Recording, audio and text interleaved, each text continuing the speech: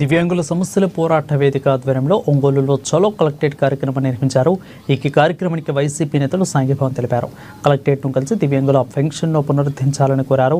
అనంతరం మీడియాతో మాట్లాడుతూ ఎంతో కాలం నుంచి పెన్షన్ పొందుతూ తమ కుటుంబాలకు అండగా ఉంటున్న దివ్యాంగుల పెన్షన్ తొలగించడం దారుణమని మండిపడ్డారు.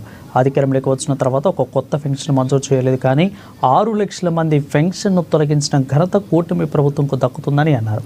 సుమారు 1 లక్ష మంది దివ్యాంగుల పెన్షన్ తొలగించడం మరీ దారుణమని అన్నారు. ప్రభుత్వం తొలగించిన పెన్షన్లను తిరిగి పునరుద్ధరించాలని డిమాండ్ చేశారు.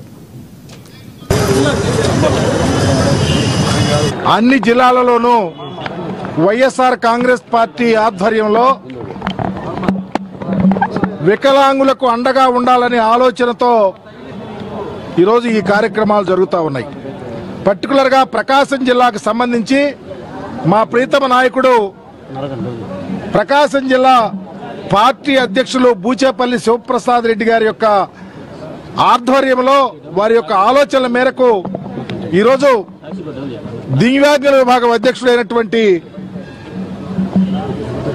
గోపాల్ రెడ్డి గారి యొక్క నేతృత్వంలో నేను కానీ, నాతో పాటు చుండూరావు గారు కానీ, బ్రహ్మానంద రెడ్డి గారు కానీ, ఇంకా అనేక మంది నాయకులంతా కలిసి సంఘీభావంగా కలెక్టర్ గారికి ఈ దివ్యాంగులను వికలాంగులను తీసుకొని వీరు అనాదిగా పెన్షన్ పొందుతూ ఉంటే ఆ పెన్షన్ మీదే వీళ్ళ కుటుంబాలు ఆధారపడి బ్రతుకుతూ ఉంటే ఆ పెన్షన్ లేకపోతే మా గతి ఏంటని ఆలోచిస్తున్న తరుణంలో